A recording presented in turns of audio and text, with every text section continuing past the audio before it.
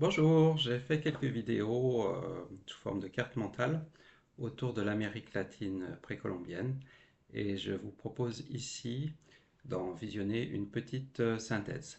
Allez, c'est parti. L'Amérique latine précolombienne. L'arrivée des hommes sur le continent américain s'est fait en plusieurs vagues. La plus ancienne est celle des chasseurs d'Asie, autour de -30 000, de la Sibérie via le détroit de Bering. Lors de la dernière glaciation, le détroit de Bering, glacé, formait une région, la Béringie. L'autre voie emprunte des routes maritimes par cabotage en utilisant les différents vents. Le courant Kuroshio, c'est-à-dire noir, de l'archipel japonais longe les îles Aléoutiennes et parvient au golfe de l'Alaska, d'où l'on peut suivre la côte jusqu'en Californie. Dès -11 000, l'archéologie constate une occupation importante de l'espace, et en -10 000, 9 000, les conditions climatiques permettent une meilleure circulation et on assiste à une dispersion des paléo-américains qui va de pair avec l'extinction de la mégafaune, c'est-à-dire des plus grands animaux.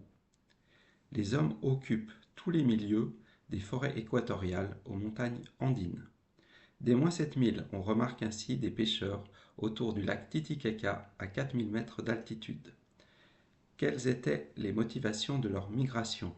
On peut citer la poursuite du gibier, la pêche, mais aussi la route des obsidiennes, des pierres indispensables pour les pointes de flèche, les grattoirs.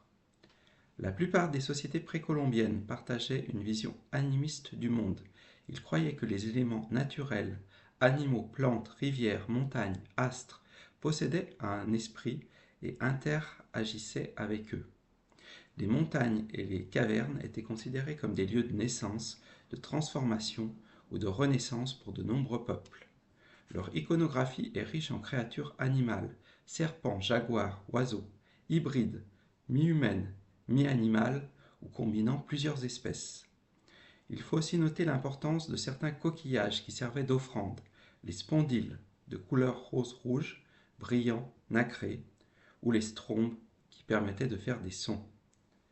Des chamans servaient d'intermédiaires essentiels entre les hommes et les esprits de la nature.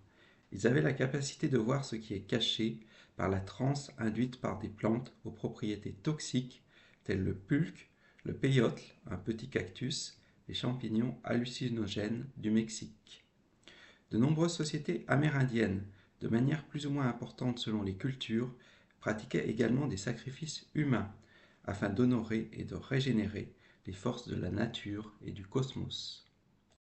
Autour de -8000, l'agriculture se développe progressivement. C'est un processus qui va durer plusieurs milliers d'années, avec la domestication des courges, du piment, des haricots et surtout du maïs en Mésoamérique, de la pomme de terre, du manioc, du quinoa et du maïs dans les Andes.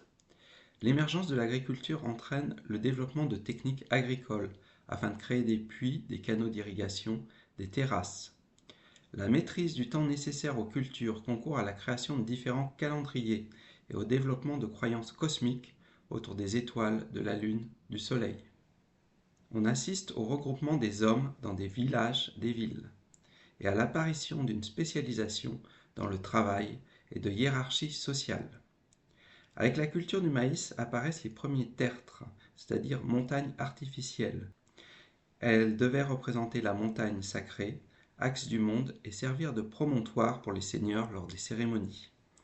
Dès -3000, on voit ainsi apparaître des sites importants autour des Andes, dans l'équateur et le littoral du Manabí, où se développe une céramique innovante, à Huaca Prieta, où l'on a découvert de beaux tissus aux motifs géométriques qui servaient à envelopper les momies, et à Caral, considérée comme la première ville d'Amérique latine avec ses pyramides et ses terrasses monumentales.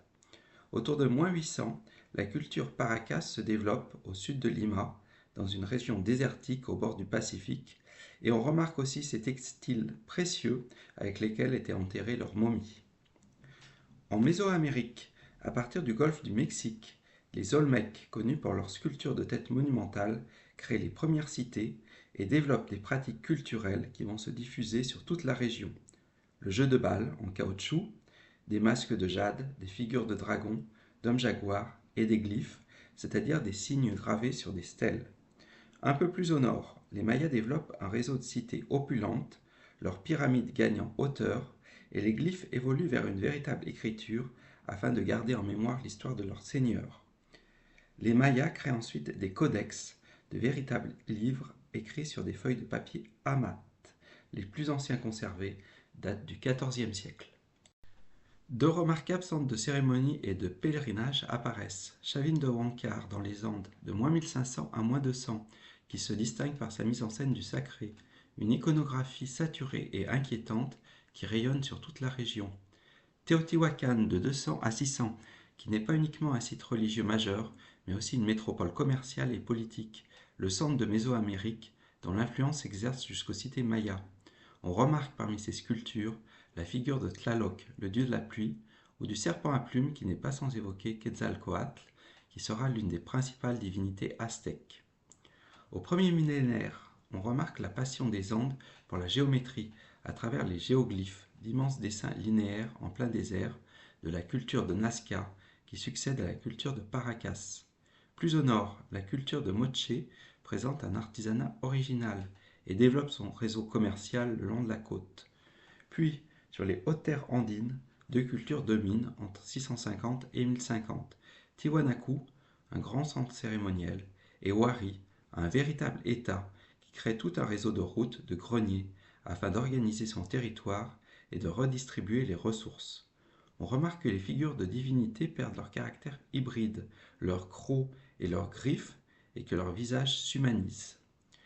De 1000 à 1365, sur la côte de Lambec, la culture de Sican, qui succède à la culture Mochica, développe fabrication et commerce d'objets en or et en cuivre, avant d'être absorbée par l'empire Chimú, qui, autour de sa capitale Chanchan, entretient et étend le réseau Huari, avant d'être à son tour vaincu par les Incas, une dynastie qui, au XVe siècle, parvient à conquérir le plus vaste empire d'Amérique latine depuis sa capitale Cusco.